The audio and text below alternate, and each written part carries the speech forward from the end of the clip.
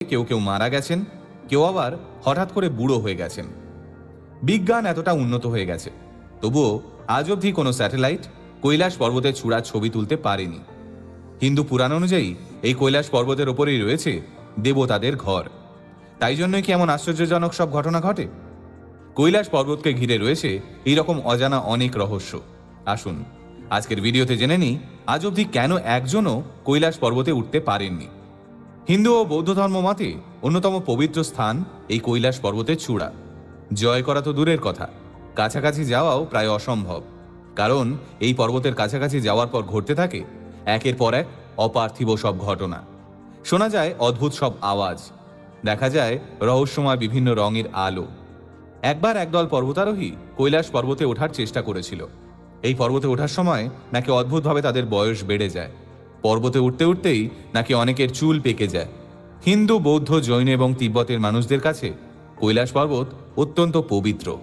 ধর্মবিশ্বাস মতে কৈলাস পর্বত পৃথিবী এবং স্বর্গের মধ্যে একটা সংযোগ, আর এখানেই বাস করেন মহাদেব। তাই হিন্দু ধর্মানুযায়ী এই পর্বতে ওঠা নিষেধ।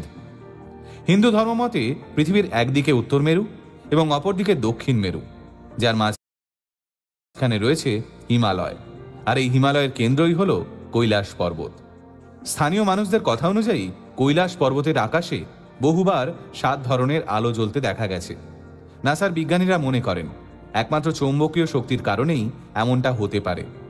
চৌম্বকীয় শক্তি সূর্যরশ্মির সঙ্গে মিলিত হয়ে এমন রং তৈরি করতে পারে, কিন্তু এই থিওরির সত্যতা প্রমাণের কোনো ব্যাখ্যা নাসার বিজ্ঞানীরা দেননি।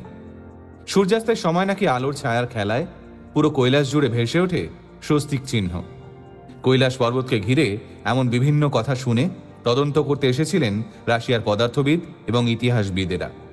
বিশাল বড় এই দলটি মাসের পর মাস থেকেছিলেন মাউন্ট কৈলাসের পাদদেশে। এই বিশেষজ্ঞ দল কথা বলেছিলেন অসংখ্য তীর্থযাত্রী, হিন্দু এবং বৌদ্ধ সন্ন্যাসীদের সঙ্গে।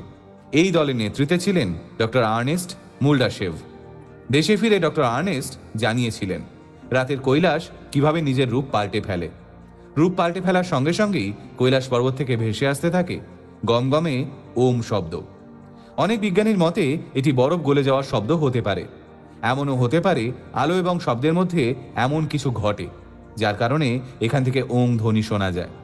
তবে বিজ্ঞানীরা এখনো নির্দিষ্টভাবে কিছু বলতে পারেনি। অনেক বিজ্ঞানীর মতে মাউন্ট কৈলাস ভিনগ্রহী প্রাণীদের বানানো সবথেকে বড় একটি পিরামিড। তাই যে মানুষই এই কৈলাস পর্বত জয় করার চেষ্টা করেন, এলিয়েনরা তাকে শেষ করে দেন। কৈলাস পর্বতকে ঘিরে গড়ে ওঠা এমন হাজারো রহস্য একটা ভিডিওতে বলে শেষ করা অসম্ভব। লৌকিক অলৌকিকের মিলনস্থল এই স্থান, যে ভীষণ রকমই রহস্যময় তা নিয়ে কোনো দ্বিমত নেই আমাদের। আপনারা কি বলেন কমেন্টে জানাতে ভুলবেন না কিন্তু।